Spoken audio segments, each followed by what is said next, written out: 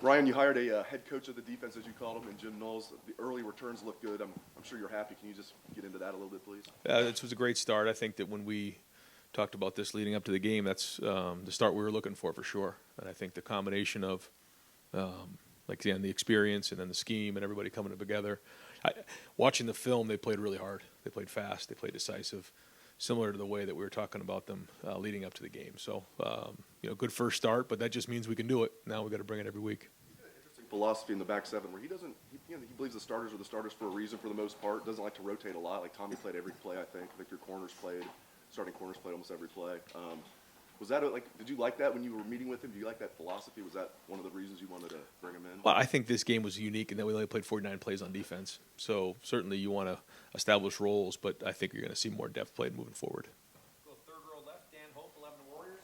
Ryan, you said yesterday on BTN about how Jaxon, impacts everybody on the offense. How does he do that, and how do you guys have to account for that if he's not out there? Well, he's just such an impact player. He can, as you saw last year, he can turn a 5-yard completion into, whatever. He's just so explosive. And, because of that, when you have a playmaker like that on the perimeter, it just has such an impact on the entire game schematically across the board. So, that's just the impact he makes because he's such a great player. I know you're hoping to get him back this week, but do you have to balance in your mind of, okay, maybe we should rest him a couple weeks and make sure he's fully healthy before he comes back? Yeah, we I leave it up to the doctors and the medical professionals, but yeah, we will not bring him back if there's any risk of him getting hurt further for the future. So we'll make sure he's 100% before we put him back in the game. Yeah. Fourth row middle, Pat Murphy, 24/7 Sports. Ryan, you talk about having to win every week here at Ohio State. You have this big game this week, a lot of hype around it. You come out against a non-Power 5 team. How do you keep the same intensity, same everything you need for a week like this after coming out Saturday? Yeah, I think you guys have probably heard me use that term, competitive stamina, and I thought that that showed up in the game on Saturday night. The way that we played in the second half and certainly in the fourth quarter was tremendous because we knew we were going to be in those styles of games when you're playing against really good opponents. We were in some of those games last year. We did okay with other games. We didn't respond like that. We did on Saturday night, and that was a job well done. But that doesn't mean anything this week. We say it all the time after a Sunday practice. Once we walk through those doors and practice is over, we head up to victory meal. The game is done from the week before, no matter what happens, good, bad, or indifferent, because we have to move on because nothing we did last week matters. And it goes back to that term, competitive stamina. Can we bring it every single week? And you've heard us say this, and coaches say it all the time, but we create our standard. And what is our standard? So it's been about us, always has been about us, and we'll continue to use that message this week. And you talked after the game, and you mentioned a few times, CJ's not focused on stats, he wants to win. Is that something you've seen from quarterbacks as they get into their second, third year playing, starting, whatever it is, or is that a little bit unique for him? Everybody's a little different, but I think what makes CJ unique is a lot of things, but he's a special young man. There's a lot to CJ. He's very deep. He's certainly an excellent player, but I think the impact that he's making on this program has been significant, not just on the field, and you could feel that on Saturday night. Fourth row right, Tony Gerben, Buckeye Huddle. Ryan, Jim addressed the length and ransom playing time after the game, saying they wanted to ride the hot hand. And this isn't necessarily about Josh, but is it fair to say there's a lower tolerance for mistakes defensively now, or is this a product of depth, or is it a combination? No, I think it's a combination of all of the above. Yeah, and when you get in that first game and you don't have a lot of at-bats, you have 49 plays, I think more of those things come to the forefront, come to the surface. But, no, we're going to need Josh. Josh is going to have to play for us, and he'll play a significant amount this year for sure. Even if there's no message sent, is it fair to say the team received a message from something like that? I don't know. You'll have to ask them, but I'm very pleased with the way that the guys played on defense, and we'll have to continue to build on that. But the good news is we have really good depth, across the board, and certainly on defense and in the secondary. So, those guys are going to play, and when they get their opportunity to play, they got to make it count. And that's what being at competitive excellence is. We have these terms that are part of our culture, and one of them is at competitive excellence. When your number's called, do you make the play, yes or no? And so, that's what we're looking for. Right next door, Rob Olive, Columbus Dispatch. Ryan, when you get a guy nicked up like Jaxon, I know you defer to the medical people, but how hard is it as a coach when a kid really wants to get back in there, whether it's during the next week's practice or during the game. Just how do you deal with that sort of emotionally? Yeah, that's hard. I mean, especially in big games like that, when someone's worked so hard for that moment in such a big game, and Jaxon certainly enjoys being in big games. He thrives in it. But we first, like you said, go to the medical professionals and say, you know, can he play or not? If the answer is no, the answer is no. If the answer is yes, the answer is yes. If it's somewhere in between, like we got to kind of see how he does here, then it depends on kind of the maturity of the player. You know, and with Jaxon, you know, we trust Jaxon, so we wanted his feedback, and you know, we tried to see if he'd get in there and play, and then just said, you know, I'm just not going to be at my best here. I don't want to put the team at risk. And so, you know, we have a more experienced guy who's played. You can kind of trust him a little bit to give you some feedback if it's one of those things we're trying to figure out. But at the end of the day, it comes down to the doctors and the trainers. You've done this a long time. What impact does a serious injury to a key guy or any guy have on the team? I know it's next man up, but like to the vibe of the team, what does that do? You know, like you said, you have to kind of move on, and there's just different things that happen to you. And you know, we talk a lot about the events that are going to happen, the adversity that's coming our way. And the only thing that we can, control is our response. There's nothing we can do about what happened. Whether it's, you know, a moment in the game, the score of the game at halftime, or something that happens to your teammate like that. And so we try to focus on the response so that we get the best outcome that we want. That being said, it's not always easy, especially when you have a leader and someone who makes such an impact. So, you know, some hurt more than others. Some situations are harder than others. But I thought our team did respond, you know, and they some guys stepped up. Certainly saw what X did and some of the other guys, and that was good. So, you know, you just when you go into those first games, you just never know what's going to happen. I mean, if you told me in the national championship game, the first game, Trey Sermon's going to break his collarbone, or the first, you know, whatever few plays of the game, Jackson's going to be out of this one, I'd be like, oh my God. But those are the things that happen. You have to have plans in place for when those things occur. Second row right, Nathan Baird, Cleveland.com. As you reevaluated, what did you see from some of those other receivers, and what's going to have to be better from them going forward? Yeah, no, I thought there were some good plays, some ones we just missed on, and I think there was a couple protection things, not many, but early on there was a couple things, and then you know, just could have been cleaner early. And then I thought, you know, we were 9 of 10 there at the end and made some nice plays and kind of got more to a rhythm in the second half. So yeah, there's some things we certainly just technically that we got to clean up, and you know, a lot of those guys, that was their first time playing other than the Rose Bowl in that type of environment. So a lot of good things out there, but a lot to build on. We still got a lot of improvement to make. Certainly know where we need to be. And speaking of guys playing for the first time, I know Donovan Jaxon had played before, but obviously a big start against what was going to be a pretty good defensive front. Your evaluation of what he showed physically in that first game? Yeah, same thing. Had some really good plays. Had some plays he wants back. But for the first game against a very veteran defense and veteran front, solid job. Solid job. I think he graded out a champion, and especially the way that we played in the fourth quarter, he was a big part of that. Third row left, Bill Landis, Rivals. Right.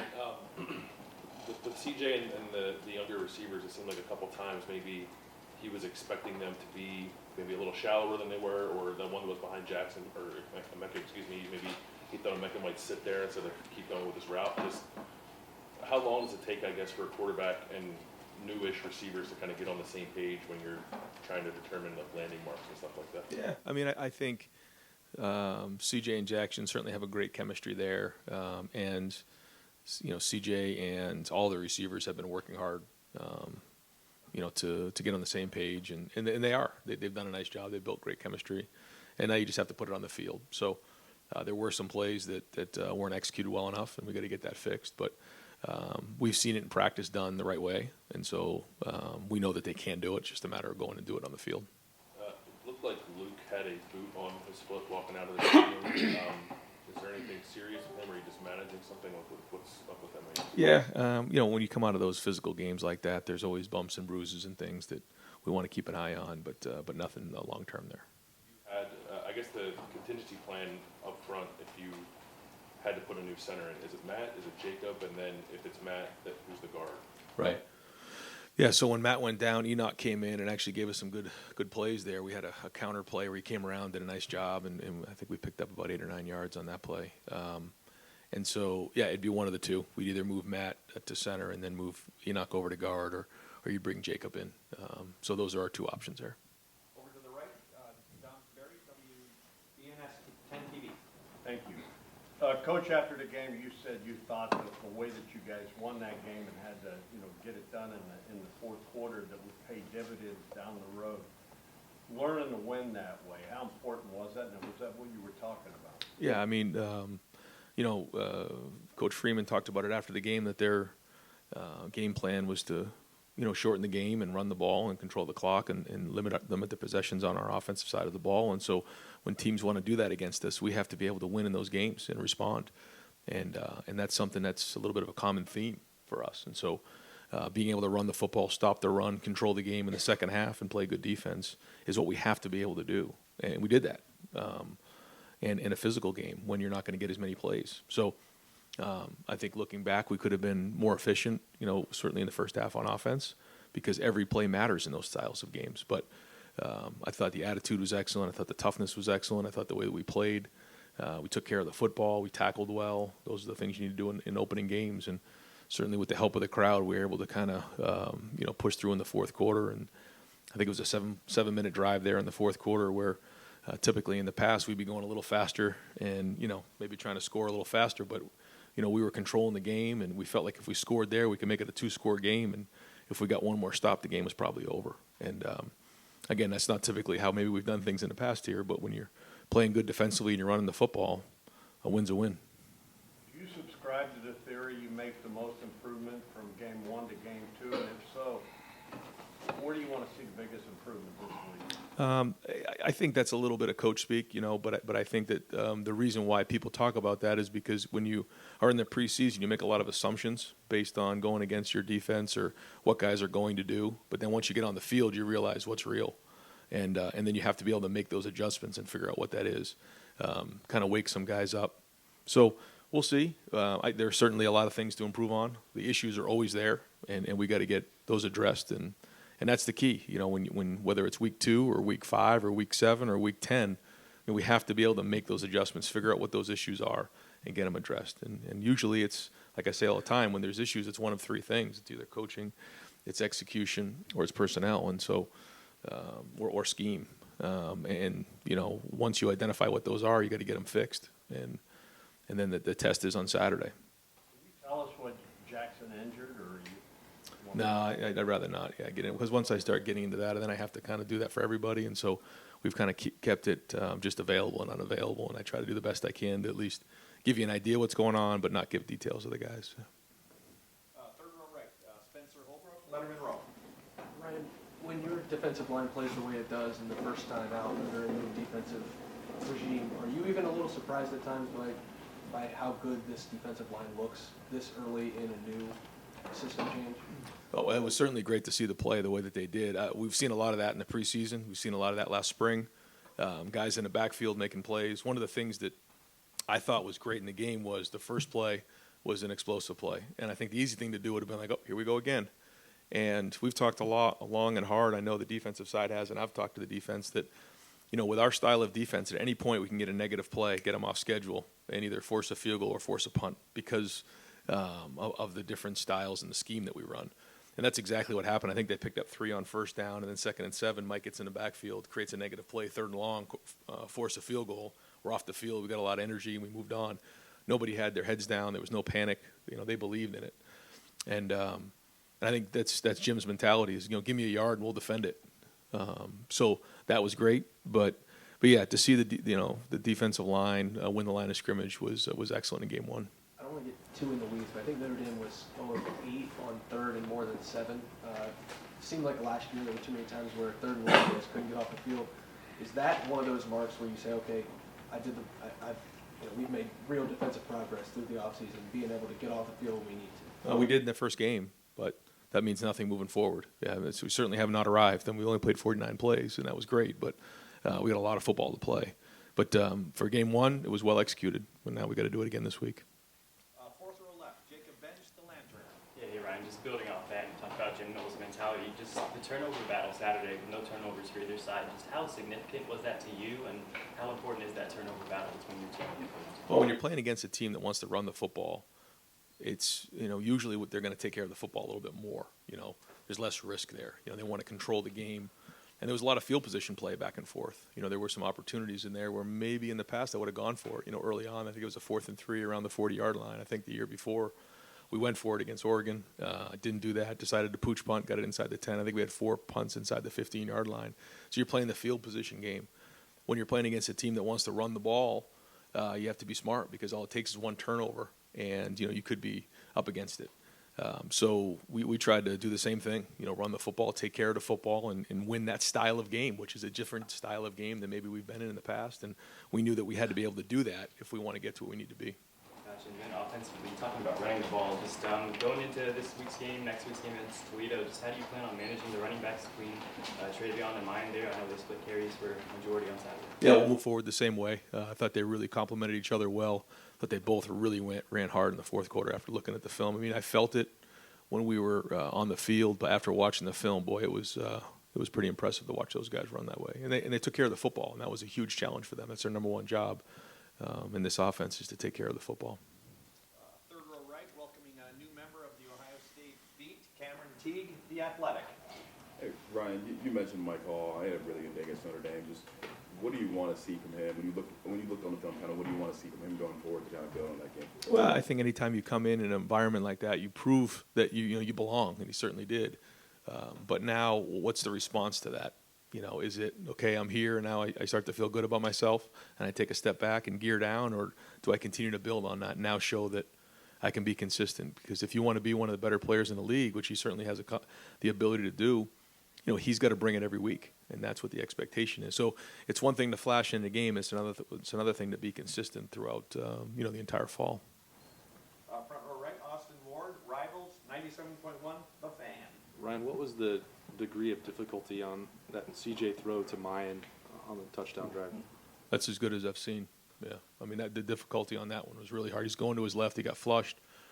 First off, he did a great job getting out of the pocket. He spun out of the pocket.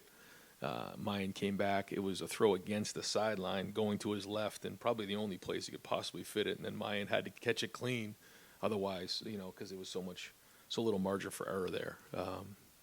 Big time play in a big spot. I think it was 3rd and 3, and got flushed, and he made another play like that on the sideline to Emeka. I think in the 3rd quarter, 2 really good movement throws.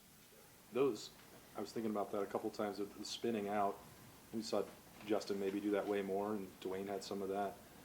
Is that, when you've talked about him using his legs, is that the stuff that's more important to you than him actually running, carrying downfield? I mean, every play has a different set of circumstances, certainly the situation in the game, down and distance. But extending is a big part of it because it allows receivers more time to get open downfield. But I think if you watch the move, he's moving different. And I think that's a tribute to him and Coach Mick. But when you look at the numbers on the GPS of how fast he's moving, when you just watch his quickness and his overall strength, his body looks different. And that paid off on that drive for sure. Right next door, Joey Kaufman, Columbus Dispatch.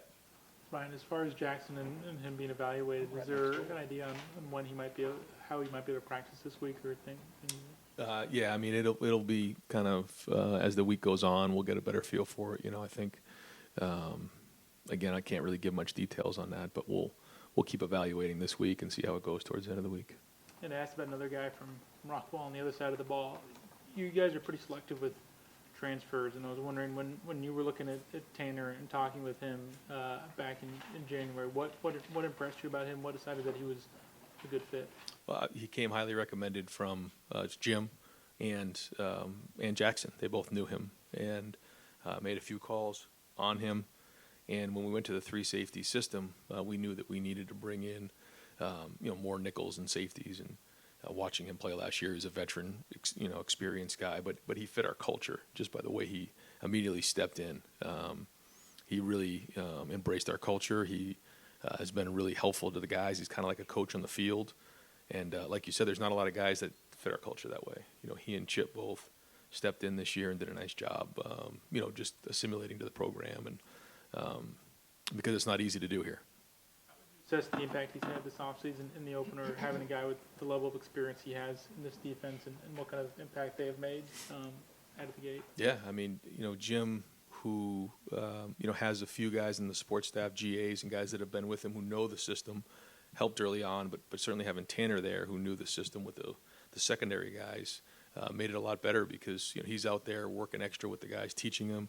Again, he's like a coach on the field, so that certainly shortened the time of learning the scheme. Second row left, Stephen Means, Cleveland.com. Ryan, just from your experience both as a player and as a quarterback's coach, just how many weeks do you typically see it take for a quarterback to kind of get comfortable with new receivers?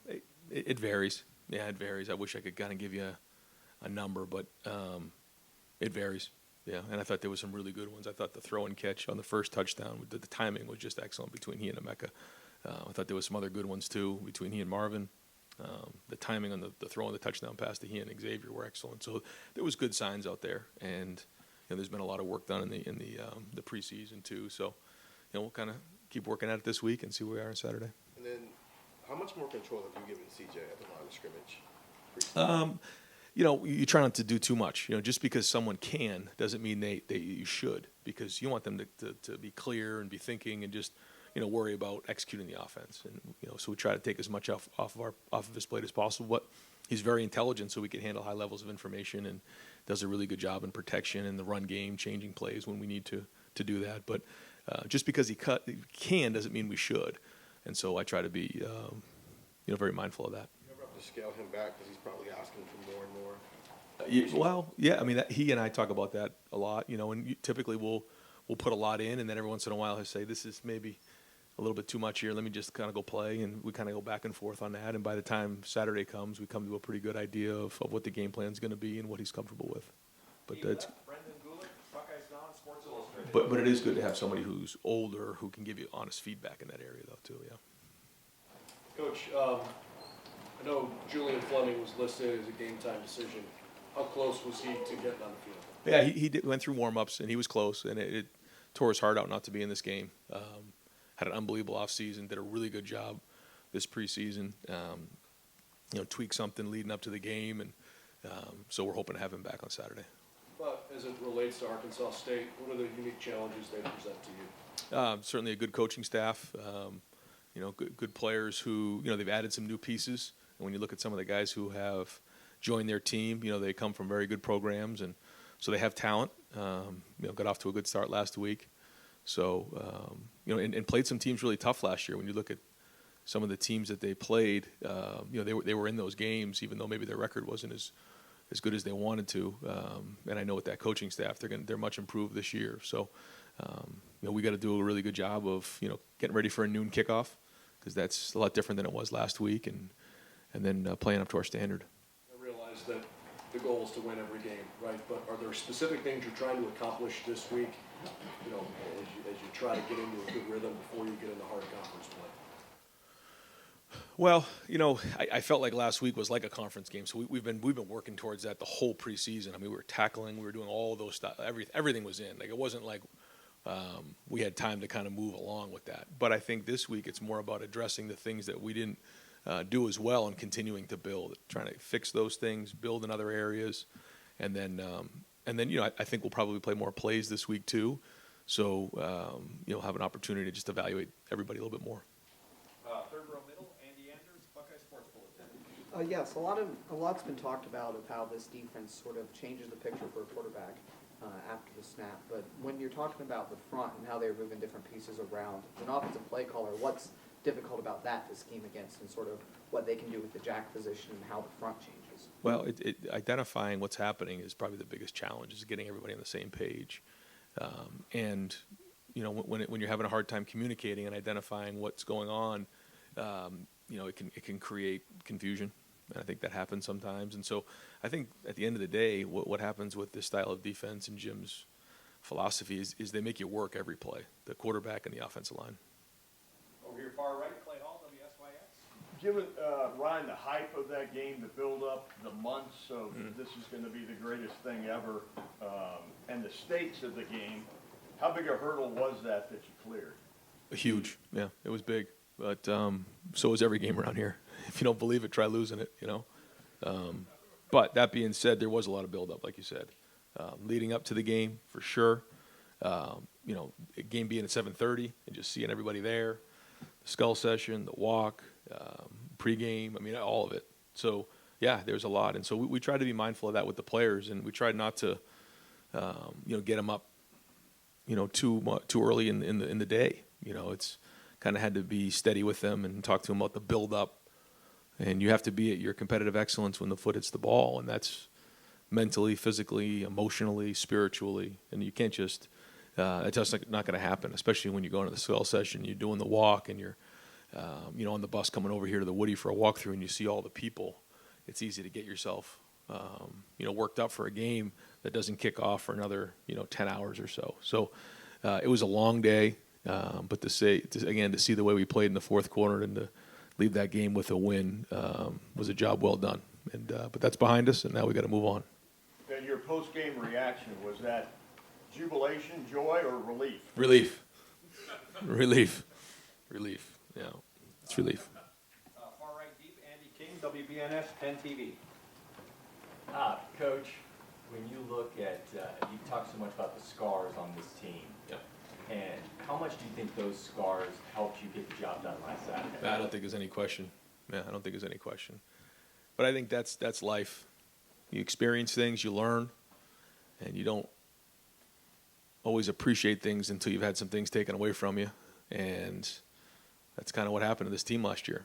You know, happened to me, happened to a lot of the players on this team, the veteran guys, and you learn from it. And it can do one of three things. You either crumbles you get through it, or it makes you stronger, and you decide how that outcome is going to be. And the way that our guys went through this off season, I'm proud of that. And it's just a start, just one game, but it's a good start. When you looked at that sideline before the game, when you think of representing Ohio State, maybe you have some people that are interested in Ohio State. What's it like to see Buckeye Nation show out like that? Oh, it was huge, yeah. And I think that there's a huge part of Buckeye Nation that likes the way we played. You know, just gritty, tough, physical. 100th year anniversary in the shoe, a little bit of a throwback game maybe. We tried it. We had a couple plays for the fullback, didn't quite get to them, but they were ready. We did get pretty big down in the red zone once, so I know Coach Tressel was looking for the power play. We didn't get that one in there, but no, it was great. In the atmosphere there was certainly electric and a lot of fun. So again, we still got 7 more at home this year, but good start. Yeah, Ryan, you said, we all know that you pointed to Notre Dame. Everyone knew that was the first game. No offense to Arkansas State, but nobody was doing that for this one. You talked about competitive excellence and stamina. Right. How big a test is that this week? Because, look, this is not a marquee game. It's something that we've talked about in the preseason a lot, though, because we knew we'd be in situations where you have to bring it every week. And so now we'll draw upon that. I mean, there's not going to be one of the surprises that we haven't addressed and said, man, it doesn't matter. Every single week you got to bring it. Otherwise, you don't have a chance to be a champion. So we're just going to draw upon that and figure out where we're at. But I'm hoping that the maturity and leadership can lead the way this week. And what was maybe something overlooked Saturday that really pleased you? Obviously, the passing game took a while and didn't really click the way you wanted. But was there something that just stood out to you? I thought the locker room at halftime was excellent. I thought the sideline was excellent. I thought the way there was a clip after we threw the touchdown pass to Xavier in the end zone where all 5 linemen and Travion were absolutely going crazy. They were just so excited to score that touchdown. And then just the excitement on the sideline afterwards, and the way that our guys in the fourth quarter just had a look in their eye. And the way that in the 4-minute coming back out there, and they're just like, they're not going to get the ball back. We're just going to find a way. And then see to Travion, the way he ran a guy over and then runs hard. Like they just weren't going to get denied. And that's something you can build on. Halftime, what happened at halftime? Just a lot of positivity in there. Just a lot of talking, a lot of guys communicating with each other. You know, just a lot of positive vibes, trying to figure out solving the problems. Where, I've been in locker rooms before where there's just not a lot of talking going on, but But these guys, there was energy in there. They were talking. They came out of the locker room with juice, and they just had a look in their eye that they weren't going to get denied. And again, that's what we were trying to build on this summer. Thank you, Jerry. More fluid is the way I would describe watching CJ roll out of some of those situations and get to the edges, et cetera. Did he work on that in the offseason? Did you press that, or did it just for a second-year starter, does it come a little bit more naturally? We certainly worked on his athleticism and tried to get him stronger and faster with Coach Mick, and he did that. He really attacked the weight room this year, and you just feel it. But no, we've been doing some throwing on the run, and we've been doing some different things with him, and certainly worked on scramble drills. It's been a big emphasis for us, just with 7-on-7 and some of the things that we've done, and with our defense doing a lot of drop 8, we had to, with the 3-man rush, if they're going to drop 8, there's only 3 guys in rush. So to identify that at times and then extend the play makes sense, and it's something that we have worked on some, but a lot of it has to do with him just feeling the game and seeing it. Yeah, I got about 50 questions, but I'll ask 2 more quick. Okay. Xavier Johnson, not only did he go in at that moment, but he was up for the moment because obviously on that touchdown, I think they blitzed both safeties for the first time all game. Maybe I'm wrong. Oh, you're right. What does that just tell you about his awareness? And obviously CJ has had that for a while now. Yeah, I know. What just piqued you about that? Well, it was zero pressure, and in competitive excellence, game on the line. They, like you said, they brought both safeties in the A-gaps from depth, and they both recognized it. Yeah. Xavier did a great job of setting up the safety. CJ drifted away from the pressure. Bought a little bit of depth. Sometimes you kind of have to throw that off your back foot, and you try to give a little air out there.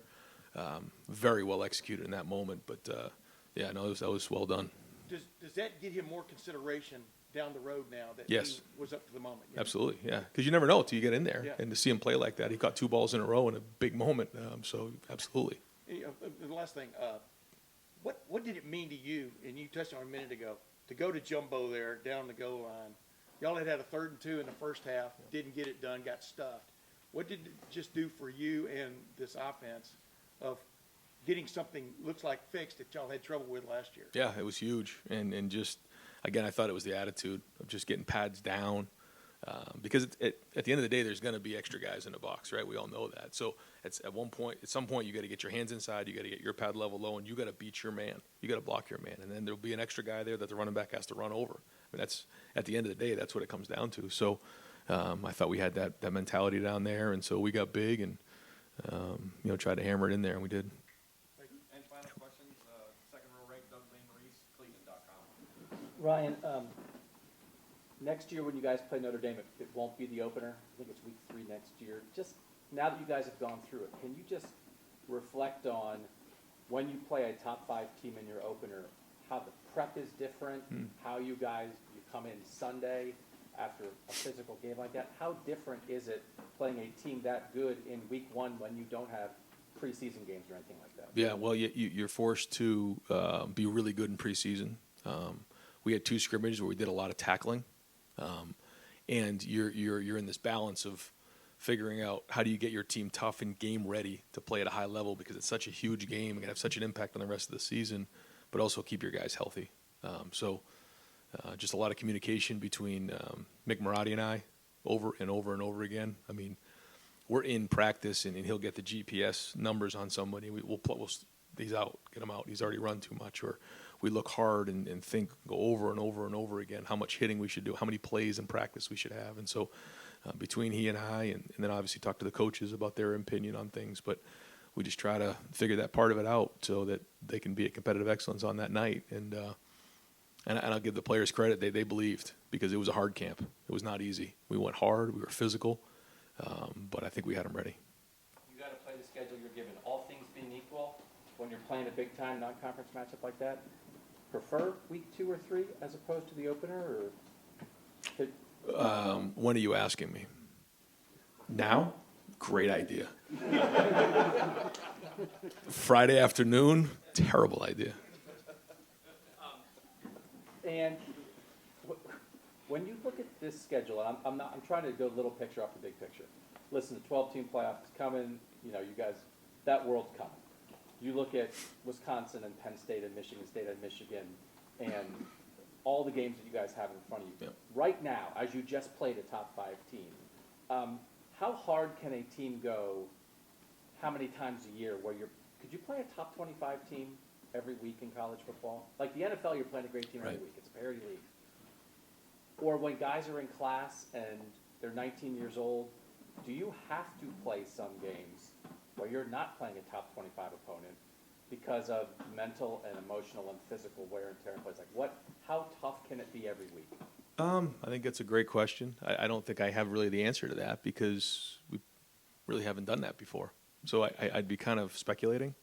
But it's something to think about for sure. I just haven't quite considered it, But it's interesting, and I think that those are all the really good questions that are coming up as we head into this format, You feel, right now, you guys just won that game, Yeah. one of the toughest of the game. How much do you think this team feels it right now, right? Like how long is the physical, mental, Well, to get back at it? Yeah, well, that's why we talk so much about competitive stamina, because no matter who you play, we have to play the same way, period.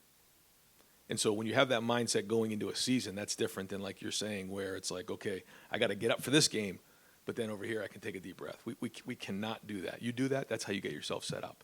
And I think that's why the theme this year has got to be competitive stamina. Bring it every single week, no matter who you're playing, whether it's the number 2 team in the country, number 1 team in the country, or somebody that's not ranked.